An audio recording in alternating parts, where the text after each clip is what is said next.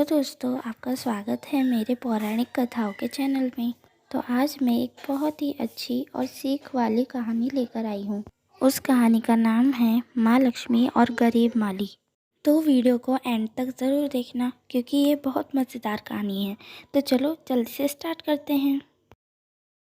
एक बार भगवान विष्णु जी शेषनाग पर बैठे बैठे बोर हो गए और उन्होंने मन में धरती पर घूमने का विचार किया।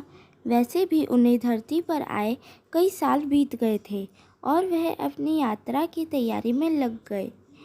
स्वामी को तैयार होता देखकर माँ लक्ष्मी ने पूछा, आज सुबह सुबह कहाँ जाने की तैयारी हो रही है? विष्णु जी ने कहा, हे लक्ष्मी, मैं धरती लोक पर घूमने जा रहा हूँ। तो कुछ सोचकर माँ लक्ष्मी ने कहा कि हे देव, क्या मैं भी आपके साथ चल सकती हूँ? भगवान विष्णु ने 2 पल सोचा, फिर कहा, एक शर्त पर तुम मेरे साथ चल सकती हो। तुम धरती पर पहुंचकर उत्तर दिशा की ओर बिल्कुल मत देखना। लक्ष्मी माँ ने हाँ कहकर अपनी बात मनवा ली और सुबह सुबह माँ लक्ष्मी और भगवान विष्णु धरती पर पहुंच गए। अभी सूर्य देवता निकल ही रहे थे। रात भर बरसात होकर हटी थी। चारों ओर हरियाली ही हरियाली थी। उस समय चारों ओर बहुत शांति थी और धरती बहुत ही सुंदर दिख रही थी। माँ लक्ष्मी मंत्रमुग्ध होकर धरती को देख रही थी और भूल गई कि पति को क्या वचन देकर आई हैं। चारों ओर देखती हुई कब उत्तर दिशा की ओर देखने लगी, पता ही नहीं चला। उत्तर दिशा में माँ लक्ष्मी को एक बहुत सुंदर बगीचा नज़र आया और उस तरफ से भीनी भीनी खुशबू आ रही थी। बहुत ही सुंदर फूल खिले थे। यह एक फूलों का खेत था। माँ लक्ष्मी बिना सोचे समझे खेत में गईं और एक सुंदर सा फूल तोड़कर ले आई। जब माँ लक्ष्मी भगवान विष्णु के पास वापस गई तो भगवान विष्णु की आंखों में आंसू थे। भगवान विष्णु ने माँ लक्ष्मी से कहा कि कभी किसी से बिना पूछे उसकी कोई भी वस्तु नहीं लेनी चाहिए और साथ ही अपना वचन भी याद दिलाया।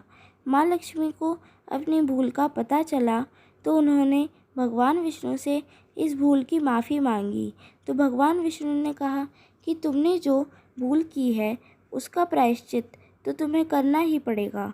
जिस माली के खेत से तुमने बिना पूछे फूल तोड़ा है वह एक प्रकार की चोरी है। इसलिए अब तुम 3 साल तक माली के घर में नौकर बनकर रहो। उसके बाद मैं तुम्हें वापस बुलाऊंगा। माँ लक्ष्मी ने चुपचाप सिर झुकाकर हाँ कर दी। माँ लक्ष्मी एक गरीब औरत का रूप धारण करके उस खेत के मालिक के घर गई। घर क्या, एक झोपड़ी थी और मालिक का नाम था माधव। माधव की बीवी, 2 बेटे और 3 बेटियां थीं। सभी उस छोटे से खेत में काम करके किसी तरह गुजारा करते थे। माँ लक्ष्मी जब एक साधारण और गरीब औरत बनकर माधव की झोपड़ी में गई तो माधव ने पूछा, बहन तुम कौन हो? तब माँ लक्ष्मी ने कहा, मैं एक गरीब औरत हूँ। मेरी देखभाल करने वाला कोई नहीं है। मैंने कई दिनों से खाना भी नहीं खाया।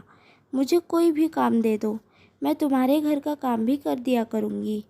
बस मुझे अपने घर के एक कोने में रहने का आसरा दे दो। माधव बहुत ही अच्छे दिल का मालिक था। उसे दया आ गई। उसने कहा, बहन मैं तो बहुत ही गरीब हूँ। मेरी कमाई से मेरे घर का खर्चा मुश्किल से चलता है। लेकिन अगर मेरी 3 की जगह 4 बेटियाँ होती तो भी मैं गुजारा करता। अगर तुम मेरी बेटी बनकर जैसा रूखा सूखा हम खाते हैं उसमें खुश रह सकती हो तो बेटी अंदर आ जाओ। माधव ने माँ लक्ष्मी को अपनी झोपड़ी में शरण दे दी और माँ लक्ष्मी 3 साल तक माधव के घर पर नौकरानी बनकर रही। जिस दिन माँ लक्ष्मी माधव के घर आई थी उस दिन से दूसरे ही दिन माधव को इतनी आमदनी हुई कि फूल बेचकर शाम को उसने एक गाय खरीद ली। धीरे धीरे माधव के पास काफ़ी ज़मीन हो गई और सबने अच्छे अच्छे कपड़े भी बनवा लिए और एक बड़ा पक्का मकान भी बनवा लिया। बेटियों और बीवी ने गहने भी बनवा लिए।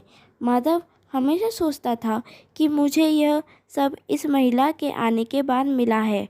इस बेटी के रूप में मेरी किस्मत आ गई है।